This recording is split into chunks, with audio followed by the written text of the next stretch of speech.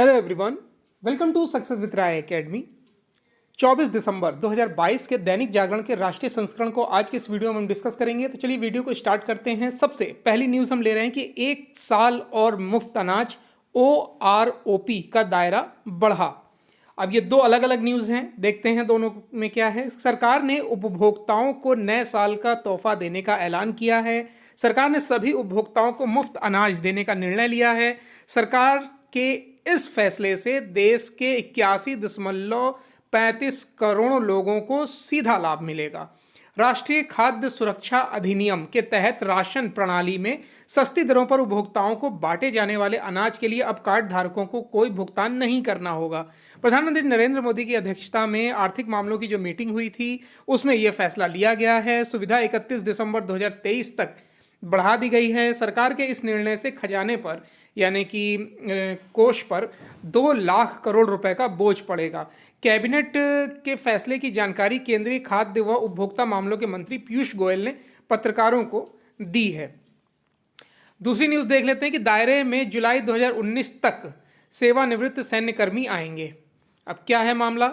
1 rank 1 pension का दायरा बढ़ाते हुए केंद्र ने सेवानिवृत्त सैन्य कर्मियों व उनके स्वजन को बड़ा तोहफा दिया है। 1 जुलाई 2019 से पहले सेवानिवृत्त हुए सभी सैन्य कर्मियों और उनके स्वजन को अब इसमें शामिल किया गया है। प्रधानमंत्री नरेंद्र मोदी की अध्यक्षता में कैबिनेट की बैठक में यह फैसला लिया गया है। पहले यह योजना 1 जुलाई 2014 से पहले सेवानिवृत्त हुए सैन्य कर्मियों पर लागू थी। सरकार के फैसले का लाभ लगभग 4.5 लाख सैन्य कर्मियों को मिलेगा। विस्तार के बाद लाभार्थियों की संख्या 25 लाख से ऊपर हो जाएगी। अभी 20 लाख से अधिक सेवानिवृत्त सैन्यकर्मी और उनके परिवारों को इस योजना का लाभ मिल रहा है। कैबिनेट के फैसले की जानकारी देते हुए केंद्रीय सूचना और प्रसारण मंत्री अनुराग ठाकुर ने बताया कि 1 रैंक 1 पेंशन स्कीम में शामिल किए गए नए पेंशनर्स और उनके परिवारों को जुलाई 2019 से जून 2022 तक का एरियर दिया जाएगा। नेक्स्ट न्यूज़ पर आते हैं।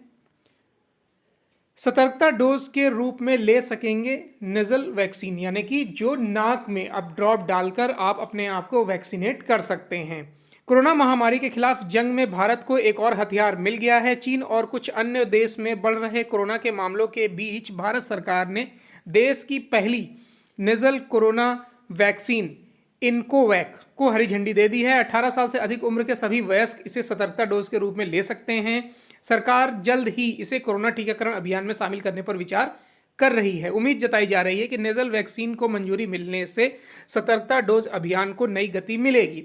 सूत्रों ने बताया कि फिलहाल यह वैक्सीन निजी अस्पतालों में उपलब्ध होगी। कोविशील्ड और कोवैक्सीन की 2 डोजें ले चुके लोग इसे सतर्कता डोज के तौर पर ले सकेंगे। केंद्रीय स्वास्थ्य मंत्री मनसुख मांडविया के अनुसार गुरुवार को ही सरकार ने भारत बायोटेक को नोजल वैक्सीन BBV154 को मंजूरी दे दी है। भारत में इस वैक्सीन को इनकोवैक नाम से उतारा गया है। 3 फेज के ट्रायल के दौरान सुरक्षा और कारगरता में सही पाए जाने के बाद नवंबर में drug controller general of India यानी कि DCGI ने इसे मंजूरी दे दी थी। स्वास्थ्य मंत्रालय के एक वरिष्ठ अधिकारी ने कहा कि नाक में 2 बूंदों के माध्यम से ली जाने वाली इस वैक्सीन से सतर्कता डोज अभियान को तेजी मिलेगी। अभी तक केवल 27% लोगों ने सतर्कता डोज ली है। 97% लोग पहली डोज और 90% लोग 2 डोज ले चुके हैं। ध्यान देने की बात है कि प्रधानमंत्री नरेंद्र मोदी ने गुरुवार को कोरोना की नई लहर के खतरे को देखते हुए सतर्कता डोज का दायरा बढ़ाने पर बल दिया था। नेक्स्ट न्यूज़ पर आते हैं। संसद की शीतकालीन सत्र हफ्ते भर पहले समाप्त। संसद का शीतकालीन सत्र शुक्रवार को तय समय से करीब हफ्ते भर पहले समाप्त हो गया। यह सत्र 29 दिसंबर तक चलना था। यह लगातार 8वां ऐसा सत्र है जो समय से पहले खत्म हुआ है। हालांकि सत्र के अंतिम दिन तक भी कांग्रेस सहित दूसरे विपक्षी दलों ने चीन के साथ चल रहे सीमा विवाद के मुद्दे पर चर्चा की मांग नहीं छोड़ी। इस बीच लोकसभा अध्यक्ष ओम बिरला ने साफ कर दिया कि सत्र को तय समय से पहले समाप्त करने का फैसला सभी दलों की सहमति के बाद ही लिया गया है। सदन में व्यवधान खड़ा करने वालों को भी उन्होंने इस दौरान आड़े हाथों लिया और कहा कि मुझे मुद्दों पर सहमति और असहमति बहस में प्रतिबद्धता होनी चाहिए, व्यवधान में नहीं। संसद का यह सत्र भले ही छोटा था, जिसमें दोनों सदनों में सिर्फ 13-13 बैठकें ही हुई, बावजूद इसके कामकाज के लिहाज से काफी उपयोगी रहा। लोकसभा की उत्पादकता 97% रही, जबकि राज्यसभा में उत्पादकता 102% रही। यह स्थिति तब थी जब विपक्षी दलों के हंगामे का सबसे बड़ा केंद्र राज्यसभा ही था। नेक्स्ट न्यूज है, हर घर नल से जल में बढ़ेगी तकनीक की भूमिका। हर घर नल से जल की समुचित आपूर्ति में डिजिटल तकनीक की भूमिका बढ़ेगी। इससे देश के ग्रामीण क्षेत्रों के सभी घरों में गुणवत्ता, निरंतरता और निश्चितता के साथ जलापूर्ति में मदद मिलेगी। साथ ही हर घर तक शुद्ध और निर्धारित मात्रा में आपूर्ति हो सकेगी। इस बाबत साल भर पहले देश के 100 से अधिक स्थानों पर शुरू किए गए पायलट प्रोजेक्ट की सफलता के बाद इसे राष्ट्रीय स्तर पर लागू किया जाएगा। जल जीवन मिशन को तकनीकी सहयोग देने में केंद्र के कई विभाग मदद करेंगे। केंद्रीय जल शक्ति मंत्री गजेंद्र सिंह शेखावत ने बताया कि जल्द ही डिजिटल तकनीक के सहयोग से हम रियल टाइम सेंसर आधारित जलापूर्ति कर सकेंगे। सप्लाई होने वाले जल की गुणवत्ता, निरंतरता और निश्चितता पर विशेष ध्यान दिया जाएगा।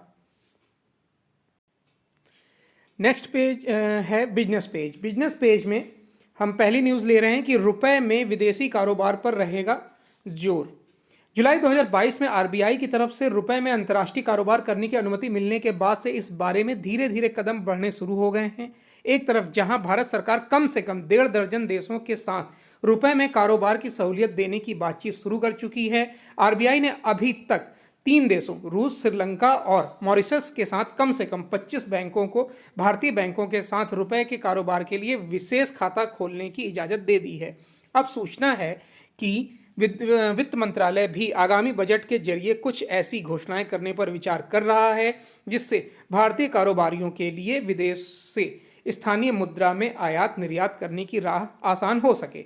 इस बारे में दूसरे मंत्रालयों से भी मशवरा मांगा गया है। राजकोषीय प्रबंधन पर आएगा नया रोडमैप। वैश्विक अस्थिरता के बावजूद चालू वित्त वर्ष के दौरान वित्त मंत्रालय अपने राजकोषीय घाटे के लक्ष्य 6.4% को हासिल करने की स्थिति में है। सरकार के इस राजकोषीय प्रबंधन की तारीफ आरबीआई ने भी अपनी एक नई रिपोर्ट में की है। हालांकि अब वित्त मंत्री निर्मला सीतारमण राजकोषीय प्रबंधन के नए रोड मैप को अंतिम रूप देने में जुटी हैं, जिसकी घोषणा आगामी बजट में की जाएगी। इसका मुख्य उद्देश्य अगले 5 वर्षों के भीतर राजकोषीय घाटे को क्रमवार तरीके से घटाते हुए 3.5% पर लाना होगा। देश के प्रमुख उद्योग संगठन और अर्थशास्त्री भी इसकी जरूरत वित्त मंत्री सीतारमण के साथ बजट पूर्व बैठकों में बता चुके हैं।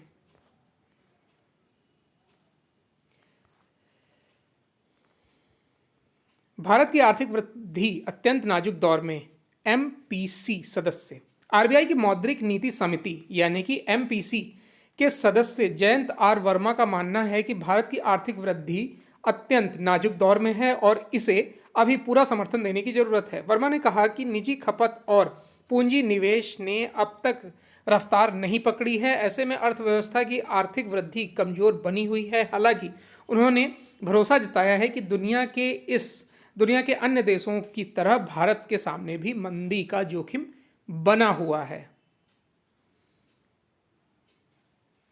चलिए अब इंटरनेशनल पेज पर आते हैं, जिसमें चीन ने माना महीने के अंत में संक्रमण चरम पर होगा। चीन में बेकाबू हो चुके कोरोना वायरस के नए वेरिएंट से जुड़ी सच्चाइयों को अब वहां का प्रशासन भी स्वीकार कर रहा है। स्वास्थ्य विभाग के वरिष्ठ अधिकारी ने कहा कि संक्रमण की लहर चरम बिंदु पर इस महीने के अंत तक आ जाएगी। इस समय संक्रमित मरीजों के उपचार के लिए स्वास्थ्यकर्मी पूरी क्षमता से कार्य कर रहे हैं। यह स्थिति अगले महीने की शुरुआत तक रह सकती है, लेकिन कोविड के लोगों के मरने की बात चीन अभी भी स्वीकार नहीं कर रहा है। सरकार का दावा है कि शुक्रवार को भी कोविड से किसी की मौत नहीं हुई है। चीन में जीरो कोविड नीति में ढील दिए जाने के बाद कोरोना संक्रमितों की संख्या तेजी से बढ़ी है। ज़्यादातर बाजार बंद हैं, जबकि कारखानों में काम बंद है। यहाँ फिर उनके उत्पादन कम हो गए हैं। अन्य आर्थिक गतिविधियां थमी हुई हैं। वस्तुओं की वैश्विक आपूर्ति व्यवस्था बाधित होने की आशंका पैदा हो गई है। इससे चीन में मंदी का खतरा पैदा हो गया है। बीते 50 साल में उसकी विकास दर सबसे कम रहने के संकेत इसमें आए हैं।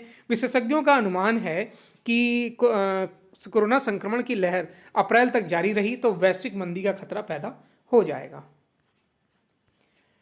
यूएनएससी में 2 वर्ष में भारत को कई बार अकेले खड़ा होना पड़ा है। संयुक्त राष्ट्र में भारत की स्थायी प्रतिनिधि रुचिरा कंबोज ने गुरुवार को कहा कि 2021-22 में संयुक्त राष्ट्र में अस्थायी सदस्य के रूप में कई बार ऐसा समय आया जब भारत को अकेले खड़ा होना पड़ा, लेकिन भारत ने अपने सिद्धांतों से कभी समझौता नहीं किया। मासिक चक्रीय क्रम के अनुसार 1 दिसंबर से भारत संयुक्त राष्ट्र सुरक्षा परिषद यानी यूएनएससी का अध्यक्ष है। सुरक्षा परिषद के अस्थायी सदस्य के रूप में 2 साल के कार्यकाल के दौरान यह दूसरा अवसर है जब भारत को सुरक्षा परिषद की अध्यक्षता मिली है। सुरक्षा परिषद के 15 सदस्यों में से 1 महीने के लिए क्रमवार एक सदस्य परिषद की अध्यक्षता करता है। नेक्स्ट न्यूज़ है, भारतीय निवेश के लिए खुला है अफगानिस्तान। ये स्टेटमेंट दिया है तालिबान ने। तालिबान शासित अफगानिस्तान ने जन सुविधाओं पर आधारित भारतीय परियोजनाओं को फिर से शुरू करने के लिए निवेश आमंत्रित किया है। तालिबान ने शहरी बुनियादी ढांचा एवं विकास परियोजनाओं में भारतीय प्रयासों की सराहना की है। खामा प्रेस की रिपोर्ट के अनुसार तालिबान के राजनीतिक कार्यालय के प्रमुख सुहेल शाहिनी ने कहा कि अफगानिस्तान ने शहरी इंफ्रास्ट्रक्चर समेत अन्य जन केंद्रित परियोजनाओं में भारतीय निवेश के लिए अपने दरवाजे खुले रखे हैं। उन्होंने कहा कि वह भारतीय कंपनियों को यहां काम करने के लिए शांतिपूर्ण माहौल उपलब्ध करवाएंगे जहां भारतीयों की सुरक्षा हमारी जिम्मेदारी है। हम इसे सुनिश्चित कर रहे हैं। इसके साथ ही जोड़ा है कि अफगानिस्तान का विदेश मंत्रालय भारत की कूटनीतिक मौजूदगी देख रहा है जो कि भारत को अभी पूरी करनी है। तो ये आज का 24 दिसंबर 2022 का दैनिक जागरण का राष्ट्रीय संस्करण था। आई होप आपको वीडियो अच्छा लगा होगा। अगर वीडियो अच्छा लगा हो तो लाइक और शेयर कर दीजिएगा। वीडियो देखने के लिए धन्यवाद।